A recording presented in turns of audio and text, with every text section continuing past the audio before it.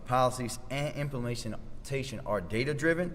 We are now transitioning to the National Incident-Based Reporting System, also known as NIBRS, which will allow BPD to keep track of all crimes committed in a single incident. This is a part of my evaluation and accountability pillar within the Comprehensive Violence Prevention Plan, and it allows for the collection of more detailed crime-related information, providing context to specific crimes, issues, and affording greater analytic flexibility of the crime data that we collect. I firmly believe that data is the cornerstone of good government, and if you can't measure it, you can't improve it, and NIBRS will help us all do just that. This is a part of a larger strategy to enhance the way that we use data across all levels of city government, especially in regards to the safety of our residents. Last year, you all know that my administration partnered with Everytown for Gun Safety on a groundbreaking data intelligence tool to track illegal firearms and crack down on gun trafficking. And we've been holding police stat meetings with Commissioner Harrison and the BPD team every other week, and monthly updates as we will continue with our consent decree milestones. Meetings where every aspect of how BPD operates is discussed, and solutions-oriented reviews of the department's data. This NIBRS will help us go even further into that and tell a more complete picture to the public. I want to say thank you all for being here, and I'll turn it over to Commissioner Harrison. Mr. Commissioner. Good morning, and thank you, Mr. Mayor. I am also joined by Chief Derek Canton, who heads up our Information Technology section, to talk about reimagining policing in Baltimore. As part of this strategy, I would like to discuss this new initiative intended to transform the BPD into a world-class 21st century law enforcement agency. Implementing new policies and technologies allow the BPD to, number one, reduce officer workload, lessen administrative burdens, eliminate unnecessary calls for service, modernize antiquated processes, and maximize staffing capacity. As the mayor stated, NIBRS is the National Incident-Based Reporting System mandated by the federal government for all law enforcement agencies. NIBRS makes a change in the way crime data will be collected and reported. This new reporting system provides greater specificity in reporting offenses, enables us to quickly see the bigger picture of an incident, allows for the collection of more detailed crime-related information, helps give context to specific crime issues, identifies patterns in crime in timely manner, and affords greater analytic flexibility of the crime data collected. With NIBRS, reported crime numbers will seem higher than in the past for certain offense categories. This does not mean that crime has increased. It just means the way crimes are reported has changed, allowing us to fight crime more effectively. Now, at this time, we are going to show you our NIBRS video.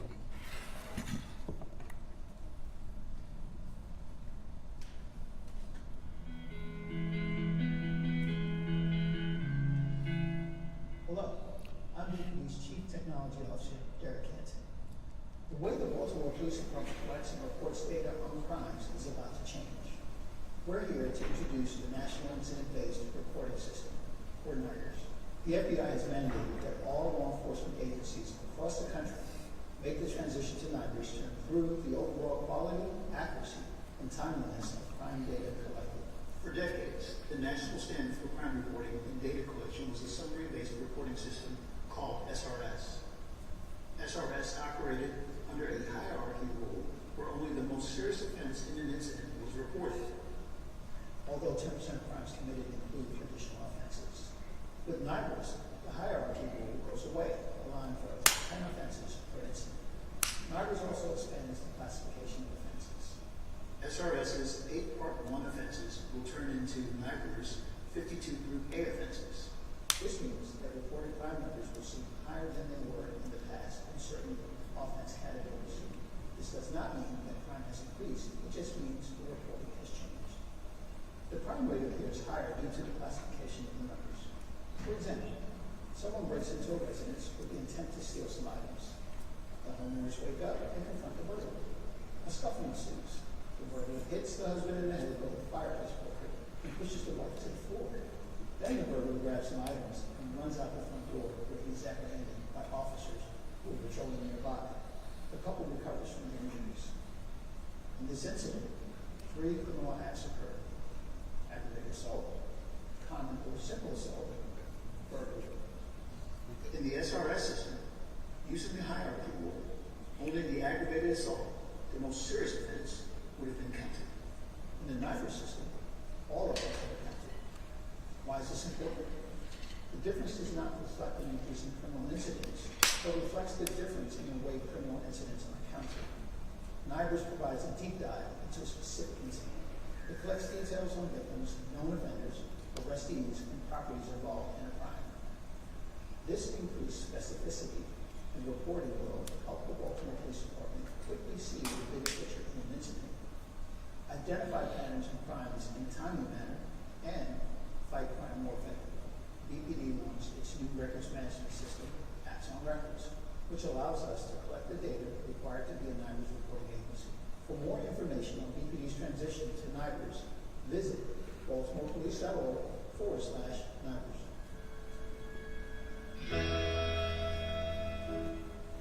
Once again, for more information on Baltimore Police Department's transition, you can visit baltimorepolice.org/NIBRS. Thank you. And with that, we'll take questions.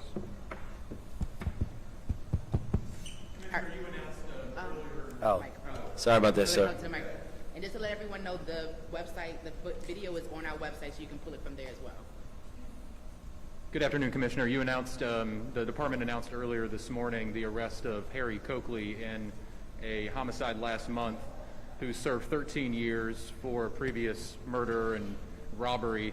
Does that go to the department and the city's urging of tougher penalties on these violent offenders, if he seems to be right in that criteria of repeat violent offender? Well, apparently this is a repeat violent offender, someone who committed a crime and was in prison for that crime and then was released a substantial time earlier and then later comes back and is accused of committing another violent crime. So, you know, the mayor and I have always talked about the certainty of consequences, and there has to be consequences because some of these offenders either believe that there are none or they have no fear of them. We certainly need to make sure that the consequences are real, and for people who are convicted, we have to make sure that they're either serving their offenses, their sentences, and are rehabilitated while they're incarcerated so that they don't come out to reoffend. And Paul, just to add to that, I think with the Commissioner's last point, we, of course, swift and certainty of accountability when folks are arrested for serious parts of crime by our police department, which again, right now we have a 57% clearance rate on homicide. So our detectives are doing the great work to make sure, along with the community, because they clear these cases with community support, and we want people to continue to speak up.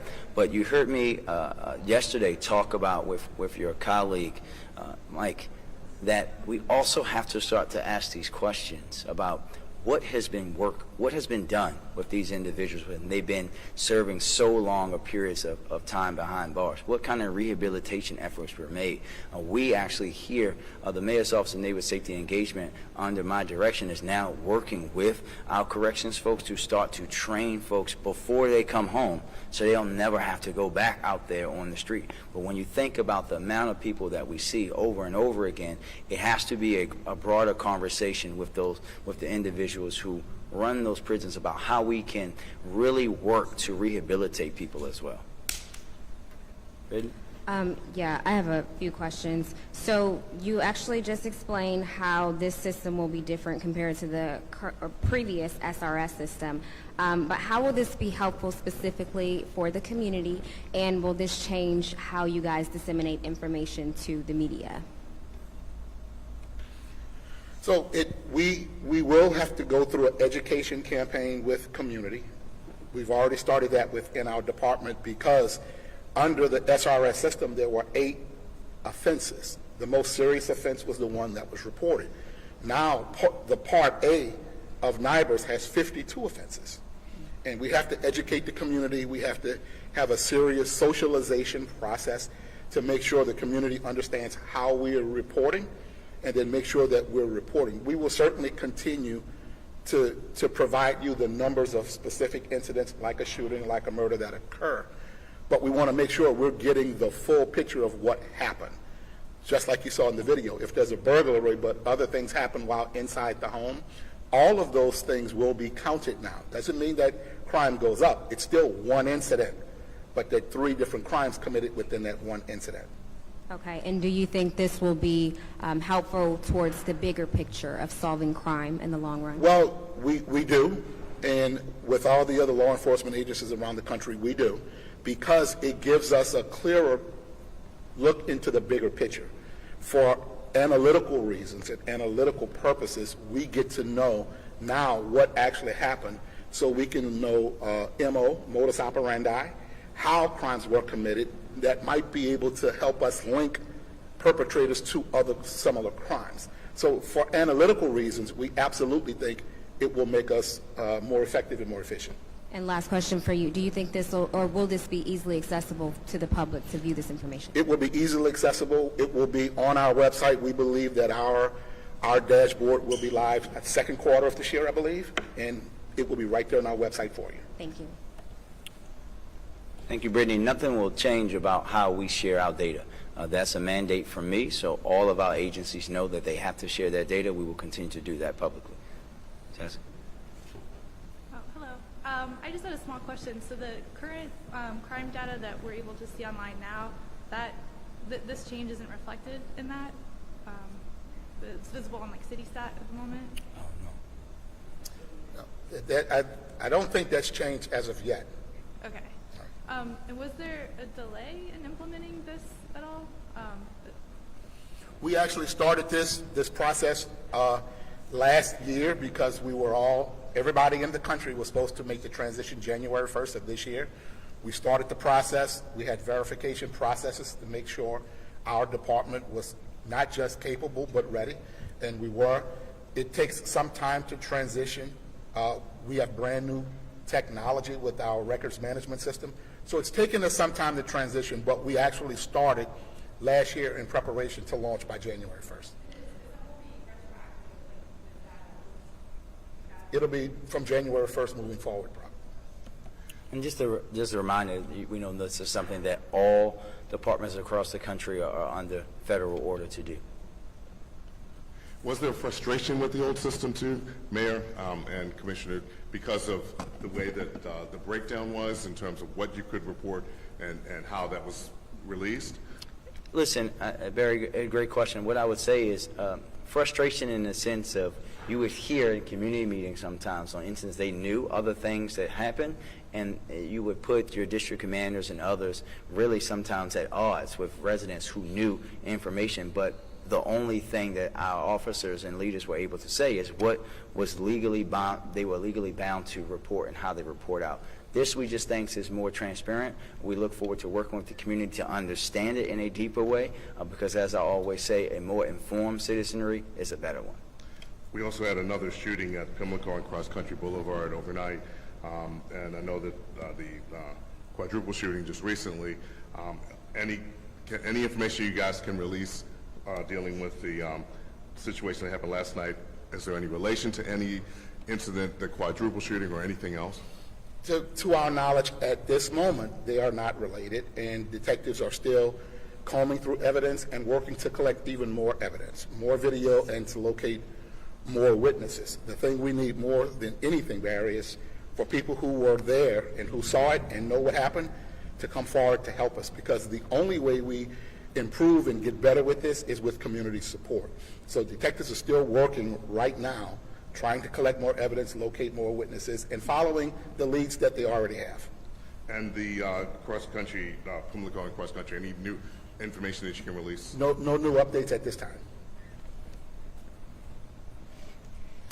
Commissioner, what would be your overall message to people who may see the increased crime statistics and think, oh my, this is worse than I thought, crime is worse than I thought here in Baltimore? Well, my message to them is your police department, while crime may appear to be getting worse, and in many cases it is, according to the numbers, your police department is getting better every day. We're making more arrests of individuals who are committing these crimes. We're clearing more cases. We have a 57% clearance rate as of this morning. Just a few days ago, it was at 62. I have not recalled it being that high in my 3 years.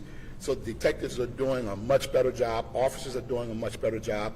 We're seizing more guns than we ever have this year, especially this year compared to last year. We've taken more ghost guns off the street this year compared to previous years. And we're more proactive, and officers are more engaged than in recent years. And so while this is happening in every city across America, big and small, our police department is stepping up to the challenge to do what it is necessary to make sure we make citizens safe and make them feel safe. We've gone through 2 years, a year and a half, almost 2 years, with no trials, no grand juries, no indictments, none of that. And so people who are committing crimes will perceive that there are no consequences. Now that we're back on track with grand juries and indictments and trials, the rest of the system is trying to catch up. My message to the citizens is the police department is always out there. We're working to make you safe. We're working to make you feel safe.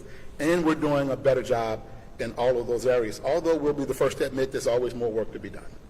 Going to the shooting of the 18-year-old outside Dunbar High School, in your opinion, is that incident an example as to why city school police should be armed?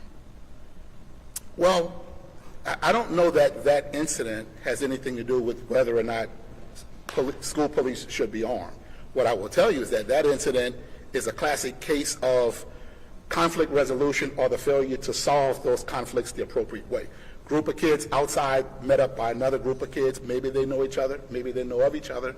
Something happens. Violence ensues. One person pulls out a gun and begins shooting.